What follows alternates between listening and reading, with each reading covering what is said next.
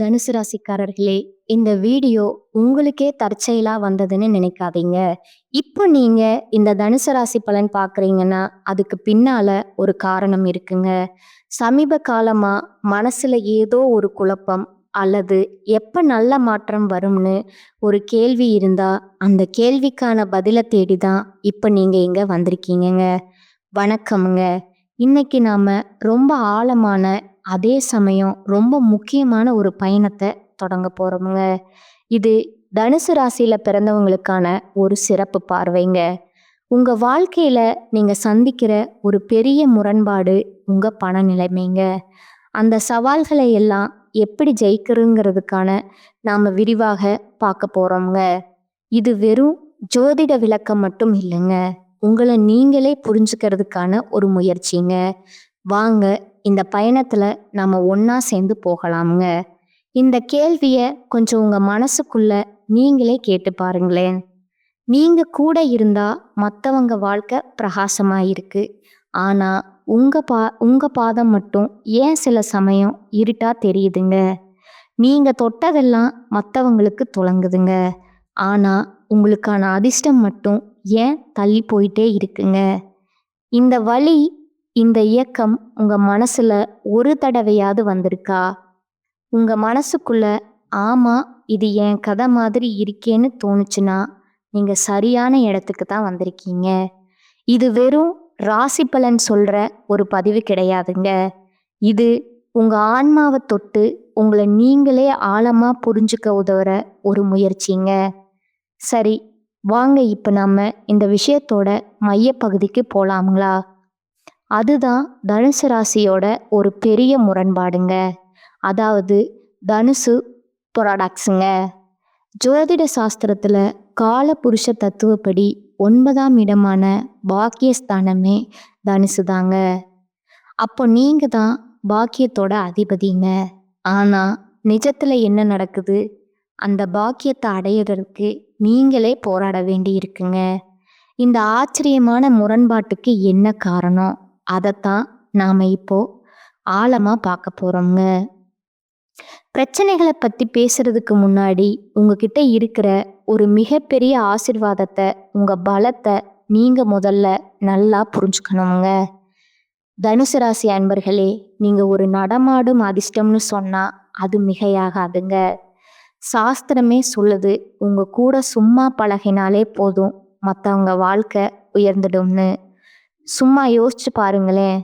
உங்க கூட பழகி உங்க ஆலோசனையால வாழ்க்கையில முன்னேறினவங்க எத்தனையோ பேர் இருப்பாங்க இல்லையா? ஆமாங்க, நீங்க தான் அந்த பாக்கியம்ங்க. நீங்களே காலபுருஷனோட 9ஆம் வீடுங்க. இதை மட்டும் என்னைக்கும் மறந்துடாதீங்க. சரி, இவ்வளோ பெரிய வரம் உங்ககிட்ட இருக்கும்போது அப்புறம் ஏன் உங்க வாழ்க்கையில மட்டும் இவ்வளவு போராட்டங்கள் வருது? அதுக்கு முதல் காரணம் என்ன தெரியுமா? கேட்டா நீங்களே ஆச்சரியப்படுவீங்க. உங்க பலம் எதுவோ அதுவே தான் சில சமயம் உங்க பலவீனமா மாறிடுதுங்க. அது எப்படின்னு பார்க்கலாமா? தனுசு ராசியோட சின்னம் என்னன்னு பார்த்தீங்கன்னா, ஒரு வில்லுல இருந்து மேல் நோக்கி போற அம்புங்க. இதுக்கு என்ன அர்த்தம்னா, இலக்க விட்டு கவனம் சிதறவே சிதறாதுங்க. ஒரு வேட்டைக்காரன் இருக்கான். அவன் கண்ணுக்கு அந்த பறவை மட்டும்தான் தெரியுங்க. அந்த பறவை எந்த மரத்துல உட்கார்ந்துருக்கு, சுத்தி என்ன இருக்குன்னு எதையுமே அவன் பார்க்க மாட்டான். கவனம் முழுக்க இலக்குல தான் இருக்குங்க. இது ஒரு அசாதாரணமான சக்திங்க.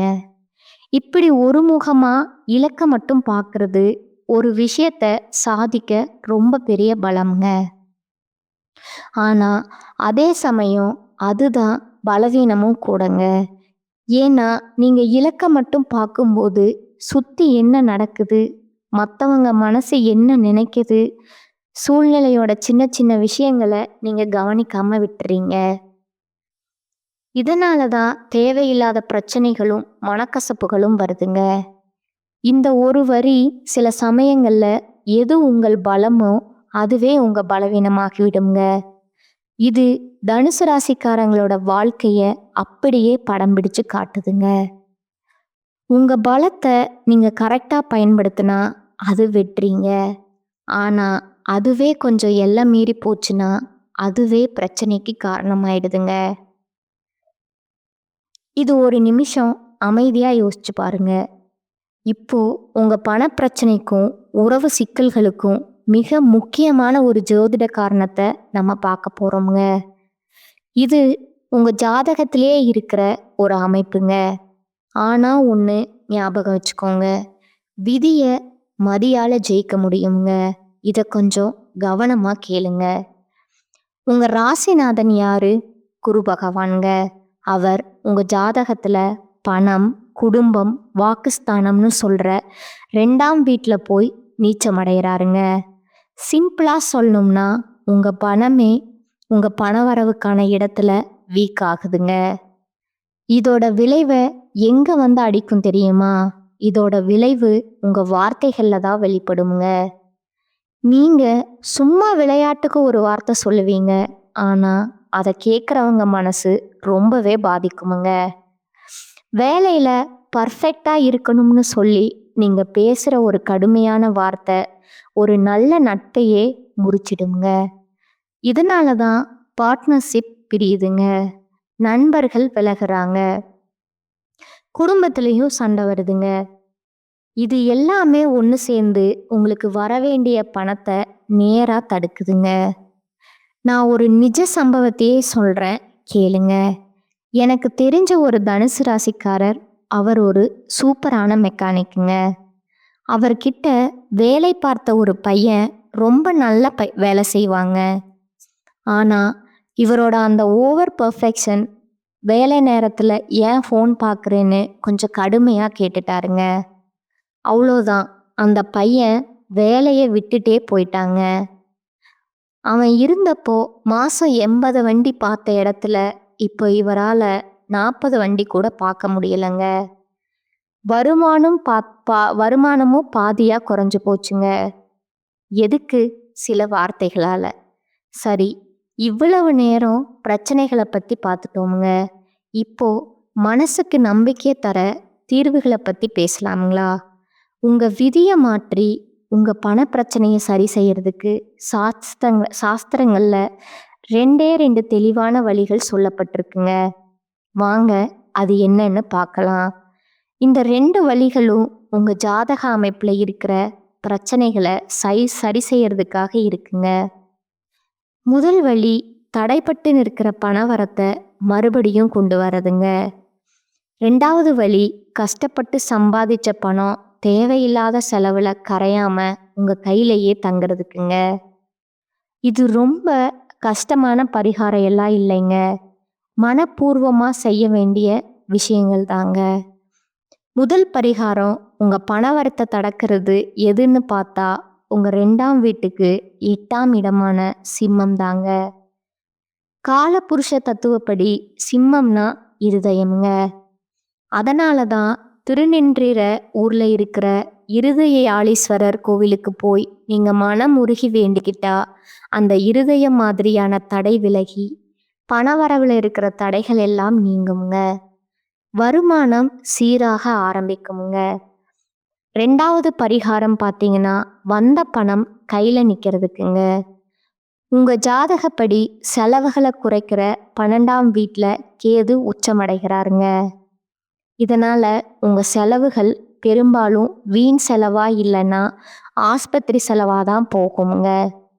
இதை நாம சுபவரயமா, அதாவது ஒரு நல்ல செலவா மாற்றணுங்க. அசுப செலவுகளை புண்ணிய செலவுகளா மாத்துறது ஒரு சக்தி வாய்ந்த கர்மா பரிகாரம்ங்க. இதை எப்படி செய்யறதுன்னா, திருவண்ணாமலை கிரிவல பாதையில ஆதரவில்லாம நிறைய பேர் இருப்பாங்க இல்லையா? அவங்க எல்லாரையுமே கேதுவோட அம்சமாக தான் பார்க்கணுங்க. அவங்களுக்கு நீங்க போர்வையோ, பாயோ, சாப்பாடோ, தண்ணியோ உங்களால் முடிஞ்சதை தானமாக கொடுக்கும்போது உங்க வீண் செலவுகள் எல்லாமே புண்ணியமாக மாறிடுமுங்க. கெட்ட செலவுகள் தடுக்கப்பட்டு பணம் உங்ககிட்ட தங்க ஆரம்பிக்குமுங்க. இப்போ நாம் இந்த பதிவோட நிறைவான பகுதிக்கு வந்துட்டோமுங்க. நாம் இவ்வளவு நேரம் பேசினதோட சாராம்சம் உங்க விதியை உங்க கையால் மாத்துறதுக்கான சாவிங்க. அதைத்தான் இப்போ பார்க்க போறோமுங்க. இது ரொம்ப ரொம்ப முக்கியமான பகுதிங்க. வள்ளுவர் என்ன அழகா சொல்லியிருக்கார் பாருங்க.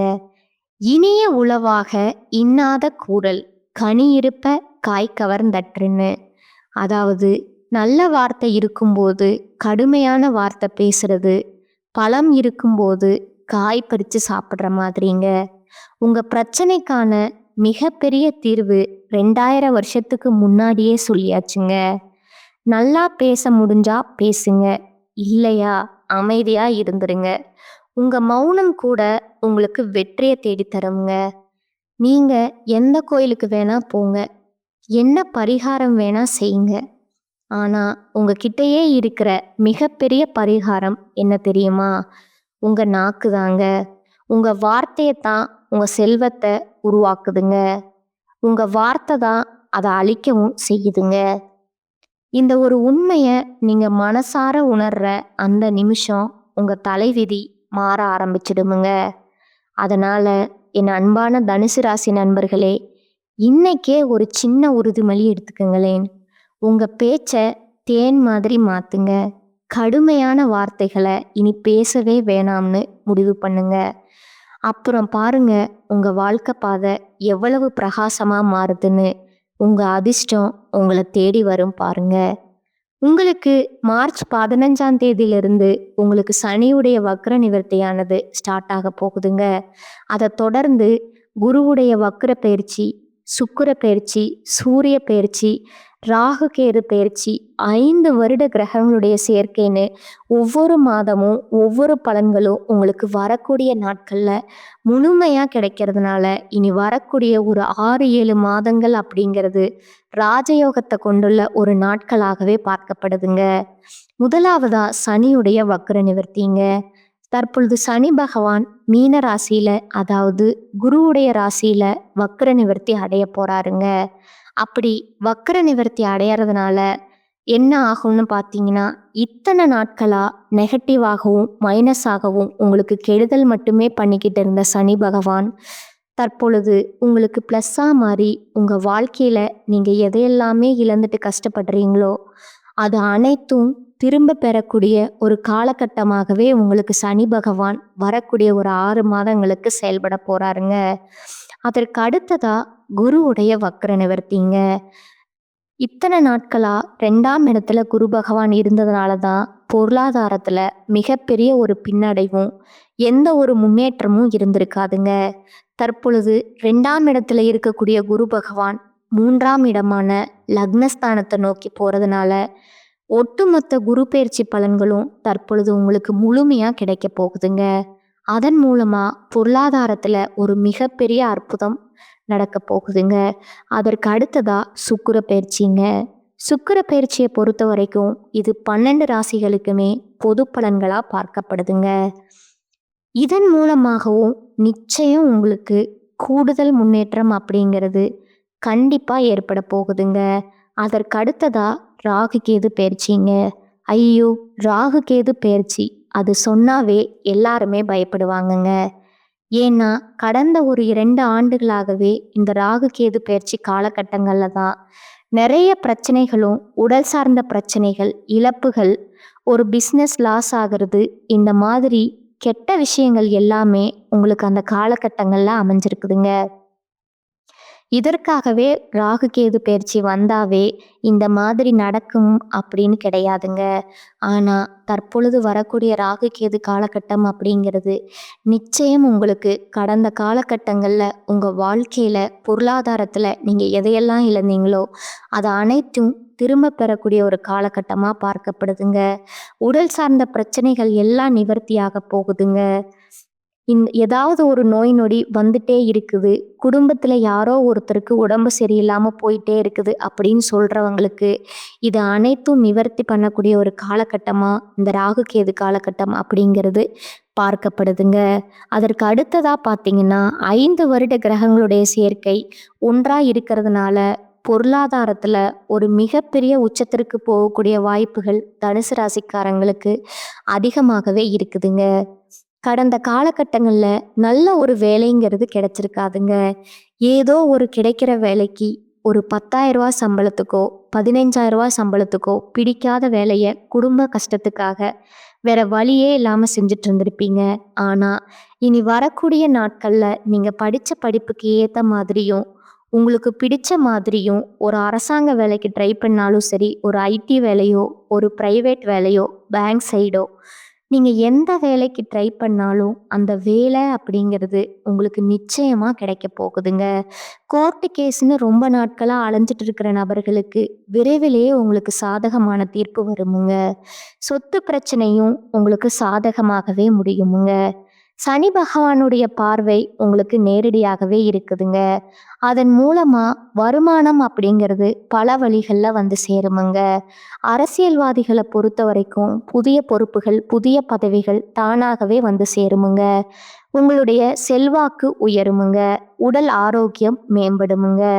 சங்கடங்கள் நீங்குமுங்க. நீங்க உங்க திருமண வாழ்க்கைக்காக போராடிட்டு இருக்கிறவங்களுக்கு சீக்கிரமே உங்களுக்கு வரக்கூடிய நாட்கள்ல திருமண வாழ்க்கைக்குள்ள நீங்க அடி எடுத்து வைக்க போறீங்க. அதே மாதிரி குழந்தை பாக்கியம் இல்லாதவங்களுக்கு சீக்கிரமே உடல் சார்ந்த பிரச்சனைகள் அனைத்தும் நீங்கி குழந்தை பாக்கியம் அப்படிங்கிறது விரைவிலே உங்களுக்கு நடக்க போகுதுங்க. அடுத்ததா உங்களுடைய நட்சத்திர பலன்களை பார்க்கலாங்களா? முதலாவதா மூல நட்சத்திரக்காரர்க இனி வரக்கூடிய நாட்கள்ல தன்னம்பிக்கையுடனும் துணிச்சலாகவும் எதிலும் ஈடுபட்டு வெற்றி காண்பீர்கள். எதிர்பாராத செலவு உண்டாகுமுங்க. இரவு பகலா உழைக்க வேண்டி இருக்குமுங்க. அடுத்தவர் வேலையும் தானே செய்யும் நிலை உருவாகுமுங்க. எனினும் உதவிகள் கிடைக்குமுங்க. வரவேண்டிய பணம் இழுபறியாக இருந்தாலும் வந்து சேருமுங்க. அரசியல்வாதிகளுக்கு மேலிடத்தில் இருந்த சந்தோஷமான செய்தி வருமுங்க. தொண்டர்கள் உங்கள் சொல்படி நடந்து கொள்வது உங்களுக்கு மகிழ்ச்சியை தருமுங்க. ரெண்டாவதா பூராடம் நட்சத்திரக்காரங்க இனி வரக்கூடிய நாட்கள்ல மாணவர்களுக்கு கல்வியில முன்னேற்றம் காண கடுமையா உழைக்க வேண்டி இருக்குமுங்க. கல்விக்கான செலவு கூடுமுங்க. கொடுத்த வேலையை சரியான நேரத்துல செய்து பெயர் எடுப்பீங்க. பல விதத்திலும் பண வரத்து உண்டாகுமுங்க. ஆனாலும் சுப செலவுகள் அதிகரிக்குமுங்க. நீண்ட நாட்களா இழுபறியா இருந்த காரியங்கள் நன்றாக நடந்து முடியுமுங்க. மூன்றாவதா உத்திராடம் 1ஆம் பாதம்ங்க. இனி வரக்கூடிய நாட்கள்ல தொழில் வியாபாரத்துல வேகமான முன்னேற்றம் இருப்பது கடினமுங்க. சரக்குகளை வாடிக்கையாளர்களுக்கு அனுப்பும்போது கவனம் தேவைங்க. உத்தியோகத்துல இருப்பவர்கள் மற்றவர்களை நம்பி பொறுப்புகளை ஒப்படைக்காமல் இருப்பது நல்லதுங்க. எதையும் செய்து முடிக்கும் சாமர்த்தியம் வருமுங்க. கொடுத்த வாக்கை காப்பாற்ற பாடுபடுவீர்கள். வெளியூர் பயணம் செல்ல நேரிடுமுங்க. உங்களுக்கான பரிகாரம் பார்த்தீங்கன்னா நாக தேவதையை வணங்குவது நன்மை தருமுங்க. இந்த சேனல் உங்களுக்கு பிடிச்சிருந்தா லைக் பண்ணிக்கோங்க, ஷேர் பண்ணிக்கோங்க. வாழ்க வளமுடன், வாழ்க பல்லாண்டு. நன்றி, வணக்கம்.